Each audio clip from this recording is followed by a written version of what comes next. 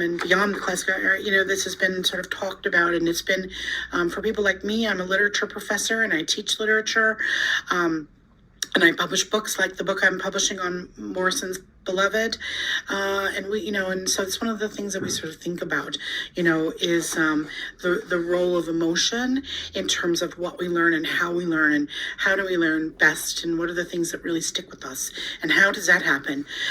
Art is a form of representation, but it's different from, a history that is representing history. The art is speaking to us about what does it mean? What are the implications? What are what are the questions about this history, this moment, this circumstance, which is real. And so that's what Toni Morrison's novel Beloved does. The novel is based on a woman called Margaret Garner, and this is Women's History Month. So we're thinking about women, we're celebrating women, we're celebrating Toni Morrison, we're honoring and remembering her in this talk and in my book. And then the same so with this a historical figure by the name of Margaret Garner. Margaret was a slave. She was African American. She was born a slave. She was a slave on a plantation in Kentucky. And she lived on the plantation with her husband, Robert, and her 4 children.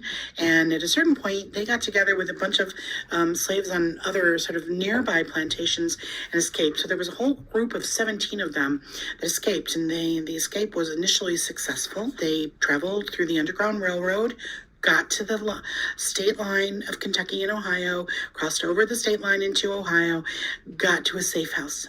The safe house is in the Underground Railroad as part of the way that whole system was trying to keep escaped slaves free and give them their lives back. The safe houses were houses of protection and where escapees would be protected and hidden, and sort of similar to, during the Holocaust in World War II, slavery was a horrible thing that happened in history. Holocaust was a horrible thing that happened in history.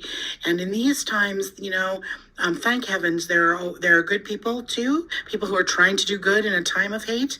People were also hidden, like during the Holocaust. Some of you may know the story of Anne Frank, the diary of Anne Frank. So she was kept kind of in a safe house. So that's what happens. They arrive at the safe house. When they cross the line from Kentucky into Ohio, that actually would have been a lot more meaningful years earlier, before George Washington, who I know you know and have heard of, before George Washington passed what are called the Fugitive Slave Laws. The Fugitive Slave Laws made it so that a slave owner, if the escaped slave crossed the line into a different state, after the passing of the Fugitive Slave Laws, they could cross state lines and continue hunting down the escaped person. And George Washington passed those laws because George Washington, you may or may not know, owned hundreds of slaves.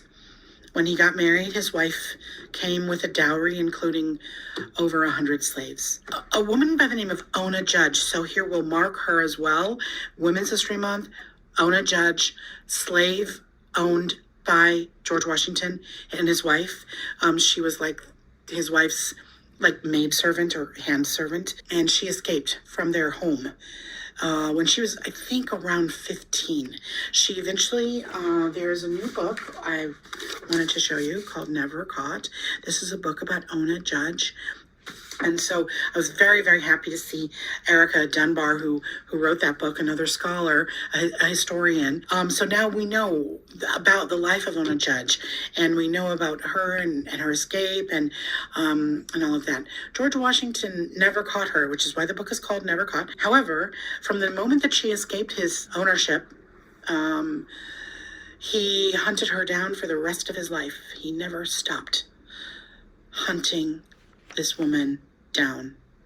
He was still hunting for her when he died. And that is sad because, he is one of our founding fathers. And for many Americans, right, he stands as a sort of symbol of freedom and of building and creating the homeland of the free. And isn't it ironic and strange that he would be so angry about the escape of this one slave that he passes a whole series of laws so that such slaves can be effectively recaptured, and that applies to everyone who owns slaves, not just him, and that he works so hard and spends so much time, energy, and money to try and get her.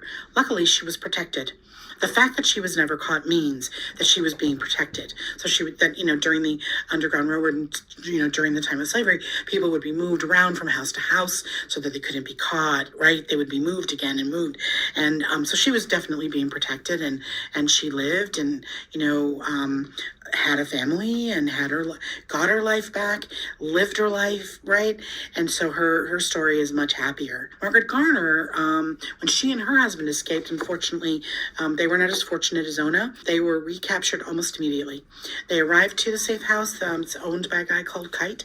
Kite was a former slave, and now he was free and had this house in Ohio, and he puts the house into the system of the Underground Railroad. So, they're told where to go, and they're told to go to Kite's house, and so they do, and they arrive, and literally hours later, they didn't even have 1 day of freedom. Who shows up but the owner, his accomplices, the sheriff, the police? They surround the house.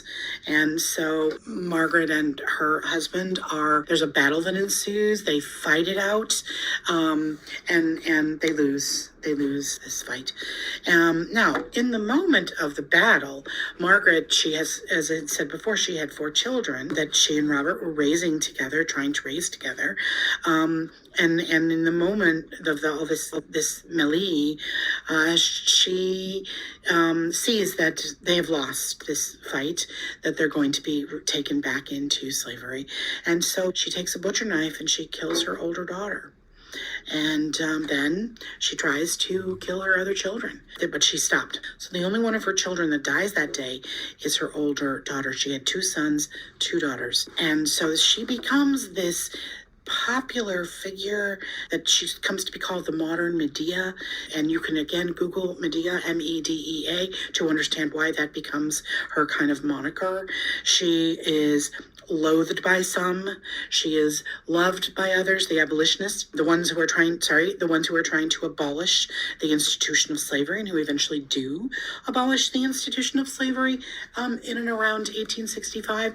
The abolitionists use her story as an object lesson in their case, that slavery is wrong and should be abolished, and here is why. And I think that that's part of the reason also why Toni Morrison picks up on the story of Margaret Garner, and then that becomes sort of the jumping off point for her novel Beloved, which is about Margaret Garner and about much more. So we see now this situation, and we might say, well, what did she do that? Why did she do that?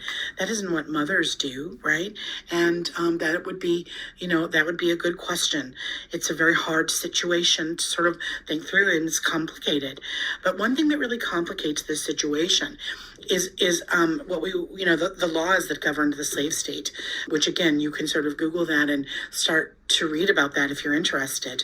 But the laws that governed the slave state made it so, one sort of critical law, and that law, well, there were a lot of critical laws, okay, but the one that was, say, the most damaging, that created the most suffering, was the law that said, if you are a chattel slave, not a servant, not in a labor contract, which ends after 5 or 7 years, we call that indentured servitude. A labor contract simply meant you were bound to work for somebody in their home or on their farm or in their business for the period of your labor contract. And sometimes a labor contract was like a penalty for a crime you would have committed. The first sort of rule number 1 of chattel slavery is that you lose your person status under the law. Although you are a person, in fact, obviously. And this was obvious to the people at the time. They knew that the persons who were being enslaved were actual persons. But these laws are created and these customs are created in order to make it so that people who have property, have businesses, can use the system of enslavement to get free labor, right, are almost free labor. So get their products, the products that they then take to the market and make a profit from, that they can get those products made for free. What could be more ideal than that, right? Having people that you don't have to pay make your products, you sell the products, you make your profit, therefore you make more profit. But this is something it's really, really troubling in terms of our history and how foundational this system was, right, in our history. So think about this now. Margaret Garner is being recaptured. She has 4 children who she is trying to protect and trying to keep free. As a chattel slave, she doesn't own herself. She doesn't own her own body because she is not considered a person under the law, right? And so she's considered a thing or an object under the law. She is considered as someone else's property. She therefore has no property ownership rights, and she also doesn't have the right to own her own children. Her children, under the laws of the slave state in America, her children belonged to whoever owned her. So you can think about all of what that means.